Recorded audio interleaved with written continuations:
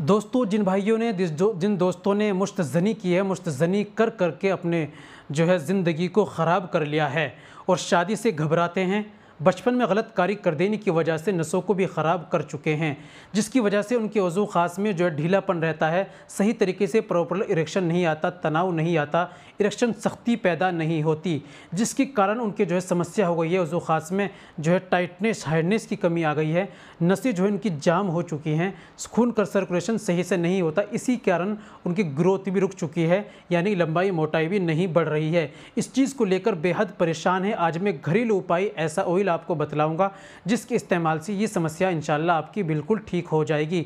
तो दोस्तों, आपको इस्तेमाल क्या करना है, कैसे लेना है, बनाना कैसा है, सारी बातें वीडियो में बताने वाला हूँ। चलिए शुरू करते हैं, बिना देर करते हुए जान लेते हैं आज के नुस्खे के बारे में। तो दोस्तों, ये बताने से पहले एक छोटी सी गुजारिश कि अगर आप हमारे चैनल पर नए आए हैं या अभी तक आपने हमारा चैनल सब्सक्राइब नहीं किया तो जल्दी से चैनल को सब्सक्राइब कर दें, बेल आइकन पर ऑल पर प्रेस कर दें। दोस्तों, वीडियो को प्यारा सा लाइक कर दें। चलिए शुरू करते हैं, जान लेते हैं आज के नुस्खे के बारे में।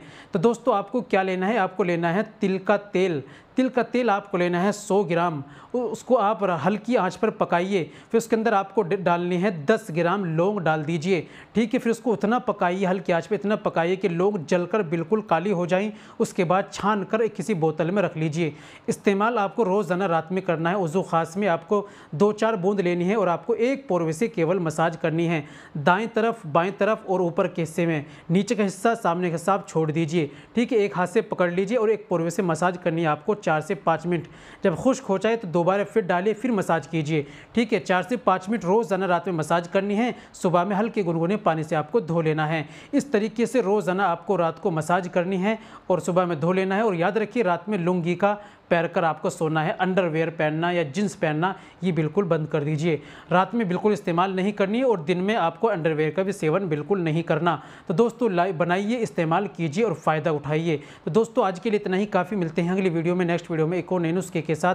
तब तक अपनी सेहत का ख्याल रखें।